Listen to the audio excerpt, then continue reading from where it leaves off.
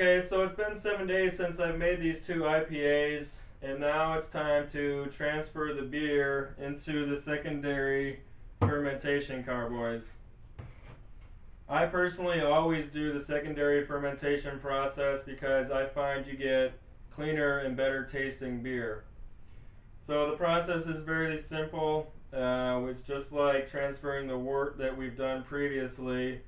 I use my auto siphon and just pump it from this carboy into the other carboy. The only thing you really need to be worried about in this process is oxygen.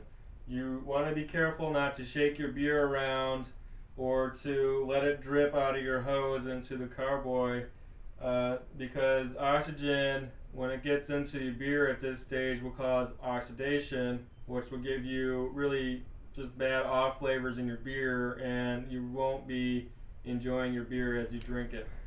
So here's a quick look at the carboys after a week of fermentation. As you can see, they are kind of dirty up there on top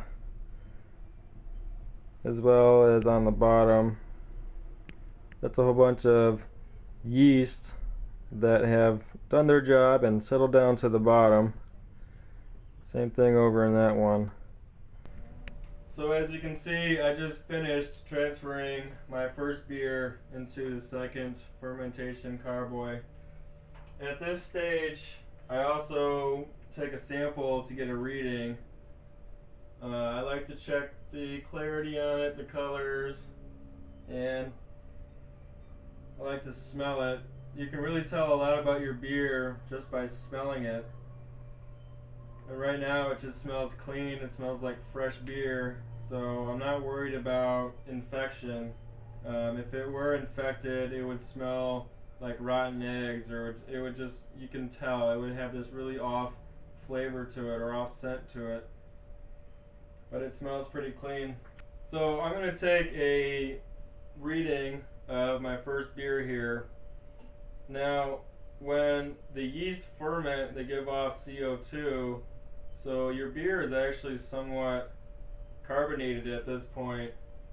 And in order to get a proper reading, you want to try to get as much of that air out of your liquid, out of your beer as possible. So a good way to do that is to grab 2 glasses and toss your beer back and forth. This will help release some of those CO2 bubbles. And that way you can get a proper reading on your beer.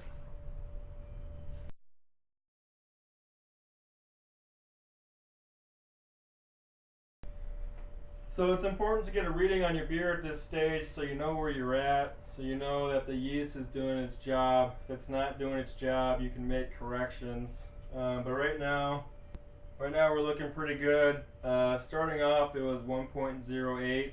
Right now we're right above 1.02, so right around 1.024, which is good because there's still some fermentation that's going to take place in the secondary phase.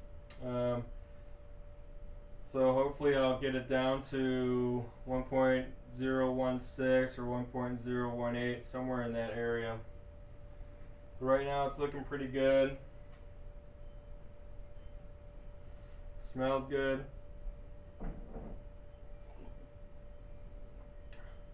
And it tastes really good.